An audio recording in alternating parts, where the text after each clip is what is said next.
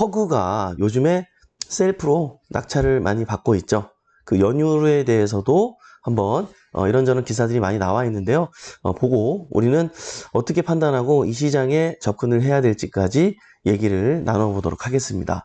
자료 한번 함께 보시면서 말씀 나눌게요. 잠시만요.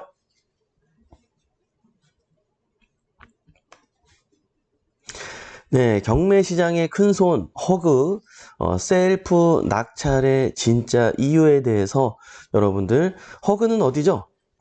주택도시보증공사죠. 자, 연합뉴스에서 내용이 잘 추려져서 제가 한번 가지고 왔습니다. 주택도시보증공사가 빌라 경매 시장에 큰 손으로 떠올랐다. 정말 저도 경매 인생에서 처음 보는 것 같아요. 네, 진짜 허그가 이런 걸 가지고 간다고? 처음 보는 것 같아요. 그래서 궁금해서 중앙법원에 가봤더니 그 허그 직원이 진짜 나와 있더라고요. 그죠? 자, 든든 전세 사업을 추진하기 위해 보증사고 주택을 무더기로 셀프 낙찰하고 있는 것이다. 정부는 이달 중순께 든든 전세 공고를 내고 본격적인 임차인 모집에 착수한다는 방침이다. 그러니까 이제 좀 서민들에게 저렴한 전세를 제공하기 위해서 지금 빌라를 이렇게 낙찰받고 있다 이 얘기예요. 그 상품 이름이 이제 든든 전세라는 건데 요게 이제 조건에 맞는 분들이 신청할 수 있는 거예요. 그러나 허그에서는 빌라가 별로 없기 때문에, 그죠? 네, 빌라를 가지고 있는 게 없기 때문에 이번 기회에 많이 낙찰을 받으려고 전략을 짰다고 합니다. 자, 지난달 보증사고 빌라 등 302건 셀프 낙찰. 한 달에 뭐 이게 이 정도면 꽤 많이 받은 거죠. 경매 비용은 최소화. 지난달 법원 경매를 통해 빌라로 통칭되는 다세대, 연립과 주거용 오피스텔 등 302건을 무더기로 낙찰받았다. 종전까지 허그는 보증사고 주택의 강제 경매를 신청해도 직접 입찰에 참여하지는 않고 낙찰 대금에 대해 우선 변제금만 받았다. 여러분 무슨 말인지 알죠? 원래 허그는 이제 보증해주는 회사잖아요. 전세금 3억을 보증해줬어. 예, 근데 경매당하게 됐어. 예. 그러니까 일단 보증해준 그 임차인에게 3억을 주고 허그가 대신 낙찰이 될 때까지 기다렸다가 낙찰된 돈을 받아간단 말이에요. 근데 역전세가 났잖아요. 3억이 아니라 이미 지금 만약에 2억 5천이라고 칠게요. 아무도 입찰을 안 들어오죠? 예. 그래서 허그가 막 포기를 하고 막 그랬어요. 네, 그래서 2억 2천에 낙찰돼도 괜찮으니까 우리는 그 돈만 받고 빠지겠습니다. 네, 원래 이렇게 했었어요. 근데 이제는 이렇게 하지 않고 이렇게 할 바에 우리가 낙찰 받자. 이렇게 바꾼 거예요. 생각을 바꾼 거예요. 그리고 낙찰받은 그 빌라를 어려운 사람들한테 든든 전세로 이렇게 좀 저렴하게 주자, 제공해 주자. 네, 뭐 요런 식으로, 요런 취지로 바뀐 거죠. 자, LH와 달리 허그는 공공임대사업자 지위가 없다 보니 주택을 매입해 공공임대 등으로 활용할 방법이 없었다. 맞아요. 그래서 허그의 전세보증 사고액은 눈덩이처럼 불어났고 채권 회수율은 점점 떨어졌기 때문에 이렇게 이제 하게 된 거죠. 뭐예요? 허그의 재무구조가 악화로 이어졌어요. 요근자의 역전세가 많이 일어나면서 사실 회수를 많이 못했습니다. 그래서 얼마를 못했다고요? 여기 밑에 나오죠. 전세보증금 반환보증 사고로 회수하지 못한 채권 잔액은 4조 2천억 원이 넘는다. 굉장히 큰 돈이죠, 사실. 특히 대항력이 있는 임차인의 우선 변제권을 승계한 허그가 버티고 있다 보니 유찰이 계속돼서 경매 최저가가 떨어져도 낙찰자는 허그의 선순위 전세보증금을 전액을 인수해야 하는 부담이 있었다. 야, 이 이야기는 경매 공부를 하신 분들은 알 텐데 초보자분들은 무슨 말인지 모를 거예요. 근데 제가 앞서서 설명해드린 그 내용을 이해하시면 되는 거예요. 자, 그래서 허그가 보증사고 주택의 셀프 낙찰이 가능해진 것은 정부가 지난달 3월에 대통령 주재 민생토론회에서 밝힌 든든전세 사업을 위해 4월 초 매입 임대주택 업무 처리 지침을 개정해서 허그를 공공주택 사업자로 지정했기 때문이다. 예, 요거는 잘한 것 같아요. 이런 사업을 발휘해가지고 이렇게 해서 허그도 움직일 수 있게끔 조치를 취해줬는데 허그의 현금 흐름이 즉시 개선되는 효과가 있다. 자, 또 무주택 서민들은 전세 사기 걱정 없이 시세보다 싼 전세를 이용할 수 있어서 뭐 국민 입장에서도 좋은 것 같고 어쨌든 허그 입장에서도 나빠 보이지는 않습니다. 그러나 무리하게 이미 혈세가 낭비됐기 때문에 그 부분에 대한 것은 또 여기서 추가 지출이 되죠. 뭐가 지출이 돼요? 취등록세를 또 내야 되잖아요. 예, 이거 누구 돈으로 내는 거예요? 우리 돈으로 내는 거죠. 예, 이게 만약에 제값에 낙찰이 잘 돼서 뭐 문제가 없었다면 이런 일도 없었을 텐데 어쨌든 뭐 또 서민들을 위해서는 또 더 많은 공급이 이루어지는 거니까 그 부분에 대해서는 또 나쁘다고 볼 수는 없을 것 같고요. 양면적인 것 같습니다. 자, 그리고요 아래쪽에 보면 허그가 경매 낙찰에 투입하는 비용은 취득세 등 재반 비용 정도다. 허그가 내야 할 경매 낙찰 대금과 허그가 우선 변제권을 갖고 있는 전세 보증금을 상계 처리할 수 있어서다. 무슨 말일까요? 본인들이 어차피 채권자잖아요. 아까 제가 얘기했다시피 3억의 채권이 있다고 칠게요. 임차 보증금을 대위 변제해 준 상태죠. 그러니까 나중에 3억을 받아야 되는데 본인이 만약에 입찰을 받게 되면 어떻게 돼요? 2억 5천을 쓰든 2억 8천을 쓰든 2억 9천을 쓰든 상관없죠. 어차피 본인이 3억을 먼저 받을 위치에 있는 입장인 거니까. 그죠? 그러니까 경쟁하는 우리 경매인들이 들어가면 거의 폐차라는 거예요. 허그랑 붙으면 폐차할 확률이 높죠. 우리는 시세가 2억 5천이니까 2억 5천보다는 싸게 2억 2천을 쓸 텐데 여기 입장에서는 어떤 거예요? 허그 입장에서는 2억 9천 써도 상관이 없잖아요. 물론 취득세는 더 냅니다. 높은 금액에 낙찰이 되면 매입가가 세니까 거기에 따른 취득세율이 적용돼서 더 많이 취득세가 나가겠죠. 그래서 그 부분에 대한 것을 방지하기 위해서 시세보다 무리하게 또 높게 쓰진 않아요. 나름대로 전략을 가지고 입찰가를 씁니다. 예? 그래서 여러분 너무 오해하지는 마세요. 자, 허그는 현재 대입변제를 해준 전세보증금보다 낙찰가를 낮게 책정하는 전략으로 추가 자금 투입 없이 든든 전세주택을 확보하고 있다. 정부와 허그는 계약갱신 청구권을 감안해 4년 이상 전세를 놓은 뒤 해당 주택을 매각해 최종 채권 회수를 마무리할 방침이다. 여러분, 자, 이거 제가 예전에도 얘기했죠. 이거 되게 중요한 내용이에요. 자, 네모 박스까지 빨갛게 쳤잖아요. 노란색으로 표현까지 했고요. 주택 경기가 좋을 때 매각하면 대위 변제 금액보다 높은 가격에 팔 수 있어 100% 채권 회수와 함께 시세 차익도 가능하지만 반대로 집값 하락기에 매도하면 손실이 커질 수도 있다. 뭐 이런 내용은 있는데요. 저는 집값 하락기에 허그가 매도할 리가 없겠죠. 네. 뭐 이자를 내는 것도 아니고 허그 입장에서 왜 하락하는 시기에 이걸 왜 매도할까요? 그리고 잘 봐봐요. 자, 계약갱신 청구권을 감안해서 4년 이상 전세를 놓은 뒤 해당 주택을 매각한대요. 아니 계속 든든 전세를 공급하면 되지 왜 4년까지는 가지고 있다가 최대 8년이라 그랬거든요. 자, 그때 이후에 시장이 좋을 때 매도할 것으로 보이는데요. 왜 이런 작전을 가지고 왔을까요? 그때가 되면 당연히 상승이 될 거를 알고 있기 때문에 누가 봐도 지금 너무 최저가기 때문에 아파트의 쏠림 현상, 어떤 역전세 빌라 사고에 어떤 사람들의 심리적인 두려움 이런 것들 때문에 지금 아파트 전세가가 계속 고공행진을 하고 있죠. 그렇다고 지금 많이 올랐나요? 아니에요. 그래봤자 지금 아직도 50%대예요. 예전에 70%대도 갔었어요. 그런 시장이 다시 올까요? 올 거란 말이에요. 그럼 그 과정에 아파트 전세가만 오를까요? 아닙니다. 결국에는 빌라 시장도 온다는 거죠. 앞서 말씀드린 바가 있지만 여러분 이제는 건축비가 너무 올라서 서울에서 분양하려면 새 빌라를 분양하려면 7억이나 줘야 돼요. 7억이나 줘야 돼요. 이제는. 그러니까 7억에 누가 사? 에? 살 사람이 없는 걸 알기 때문에 건설사도 빌라를 안 짓고 있는 거예요. 안 짓고 있는 거예요. 그러면 지금 현존에 있는 빌라의 가격이 2억대, 3억대 아직도 머물러 있으면 안 돼요. 얘네들이 그래도 4억대는 올라와 줘야 새 빌라를 짓고서 7억에 매도했을 때 사람들이 인정을 한단 말이에요. 네. 여러분 잘 생각해 보세요. 우리 노무현 정권 때 종부세 기준이 얼마까지 비과세였죠? 6억까지였습니다. 지금은요, 9억까지 해주잖아요. 이게 왜 이런 차이가 나요? 그때 부동산 가격과 지금 부동산 가격이 당연히 차이가 나니까. 그만큼 인정해주고 높여준 거잖아요. 그죠, 여러분? 네. 그리고 최우선 변제금이요. 최우선 변제금이 뭐예요, 여러분?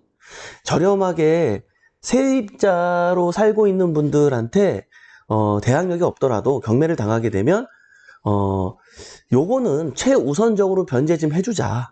그래서 뭐 지금은 서울이면 5,700만 원 이하죠. 근데 이게요, 옛날에는요 100만 원 이하였어요. 그때는 왜 100만 원 이하였을까요? 집값이 싸니까. 월세 보증금이 그렇게 쌌었으니까.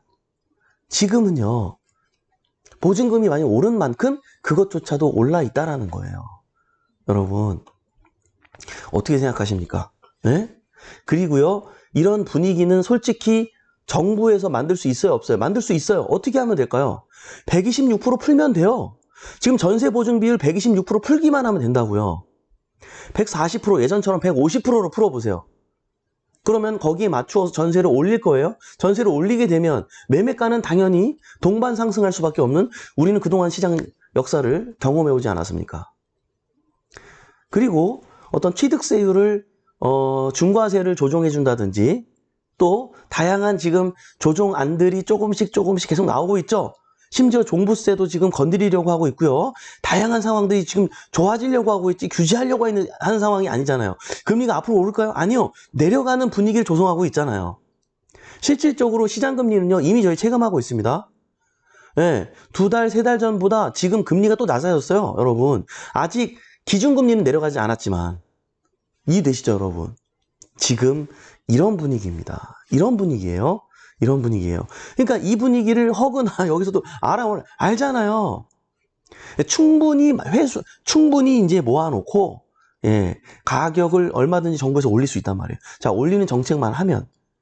자, 근데 지금 이 시점에서 정부에서 안 올리면 안 돼요. 왜? 건축비를 절대로 앞으로 낮출 수가 없기 때문에. 한 번 오르는 건축비는 낮출 수가 없기 때문에. 그러면 여기 발맞춰 가격을 올려놔줘야 사람들이 거래도 하고, 예, 또 건설사들이 짓기도 하고, 이런 일들이 벌어질 거 아니에요. 그래야 우리가 경기도 활성화가 일어나고, 또 일자리가 많이 생기고, 살기 좋아지고, 서로 이제 다 소상공인들도 살아나고, 그죠? 선순환 아니겠습니까, 여러분? 예? 그러니까 지금 이 시기에 뭐 빌라는 힘들다, 이거 말도 안 되는 얘기예요. 예, 낙찰받아야 돼요. 지금이 기회입니다. 허그의 부실을 막기 위해 주택을 싸게 팔 수도 없지만 공공주택의 성격이어서 과도하게 높은 금액에 매도하진 않을 것이라고 내다봤다. 자, 허그 낙찰주택 이달 중 든든 전세로 공고, 빌라 낙찰가율은 고공행진, 이달 중순께 든든 전세 공고를 올린다고 합니다. 허그 몫으로만 총 1만 가구의 든든 전세를 시장에 내놓을 방침이다. 허그는 현재 경매 낙찰을 위해 대항력을 포기하고 있다.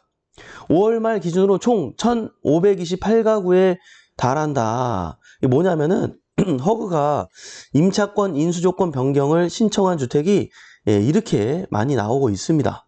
저희 배포옥션 사이트에서는 이 허그에서 포기한 물건만 따로 볼 수 있게 카테고리를 만들어 놨죠.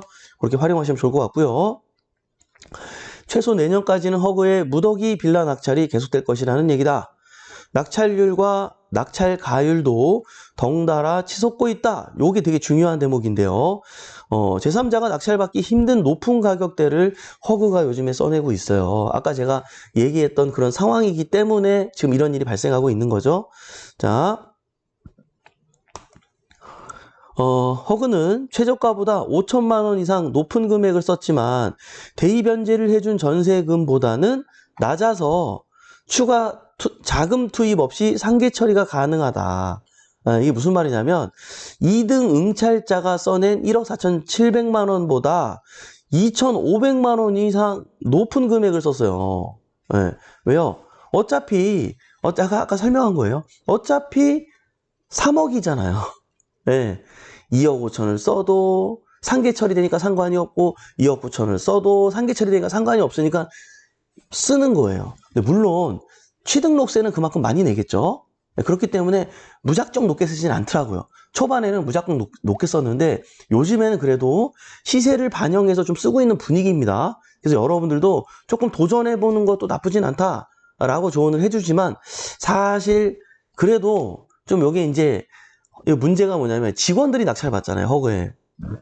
그러니까 직원들 본인 돈이 아니잖아요. 그리고 허그 거잖아요. 그러니까 약간 조금 대범하게 쓰는 경향이 있기는 한 것 같아요. 네, 그래서 여러분들 이럴 때는 그렇구나 라는 것을 이해하고 접근하시면 좋을 것 같아요. 낙찰가율이 70, 80%대로 높아지고 낙찰률도 오르는 추세 맞습니다. 그래서 빌라 경매에서 착시 현상을 주의해야 한다고 조언도 해주고 있는데요.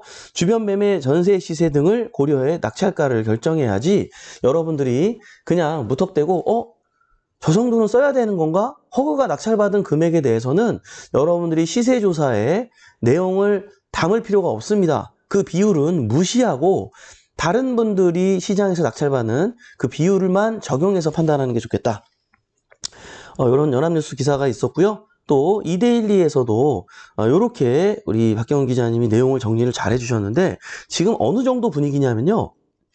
경매 진행 건수가 지금 1월 달에는 빌라 얘기하는 거예요. 빌라 3,200건, 2,900, 2,700 보통 3,000건 이 짝 저 짝으로 매물이 계속 나오고 있어요. 네? 이거는 매달 이제 새로 생기는 매물들입니다. 근데요. 이게 진행 건수가 이거고 낙찰 건수 보십시오. 1, 2, 3, 4월 달에 비슷한데요. 5월 달에 부쩍 늘었죠. 낙찰 건수가. 네. 그리고 낙찰가율도 이렇게 올랐습니다.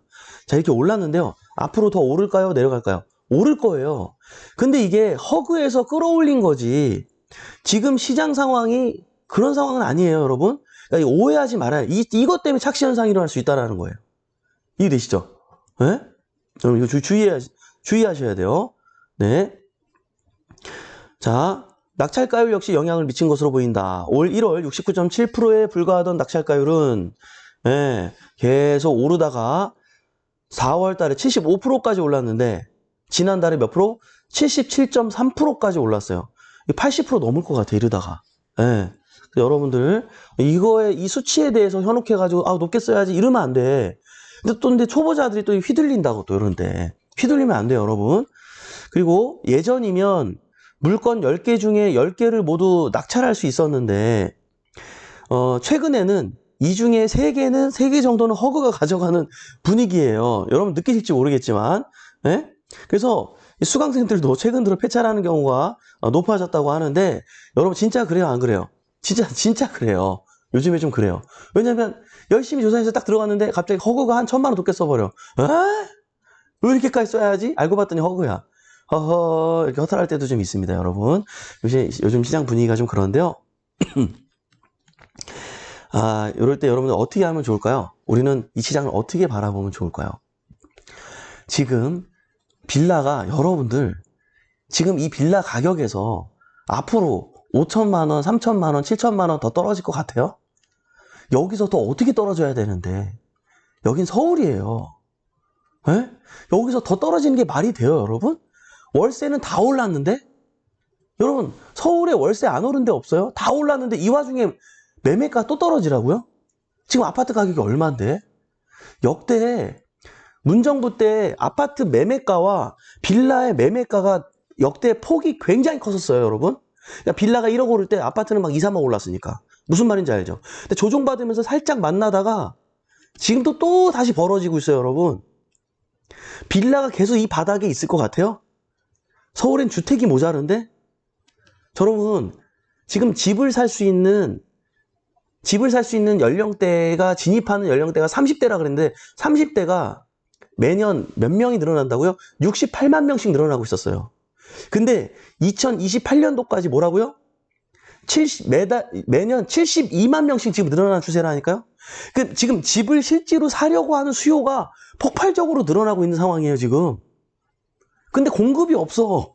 그럼 서울에 있는 빌라도 지금 귀해요, 안 귀해요? 귀해요. 모자르다니까요? 지금 빨리 사야 돼. 지금 빨리. 2달 안에 빨리 여름 낙찰 받고 뭐하고 지지고 먹고 여름 휴가 중요한 게 아니라 빨리 경매 공부해가지고 경매로 막 주워 와야 돼. 긁어 와야 되는 거예요, 여러분. 그래요, 안 그래요? 그래. 그쵸? 개중에 역세권 근처면 더 좋고. 그래서 허그가 낙찰 받은 걸 이렇게 좀 그래프를 좀 봤어요. 위치하고 좀 봤어요. 허그도 역세권 근처 좀 많이 받고 있어요. 힘줘서 쓰고 있더라고요. 왜 그럴까요? 허그가 허그를 알고 있잖아요. 정부의 방침과 전략을 알고 있잖아요, 여러분. 예? 우리 굿모닝 경매 식구들도 이 타이밍 놓치지 말고 이번 기회에 붙잡을 수 있었으면 좋겠습니다. 알겠죠? 도움이 되시면 바람이고요. 인사 나누면서 마무리하도록 하겠습니다. 네, 네, 또 많은 분들이 인사를 주셨네요.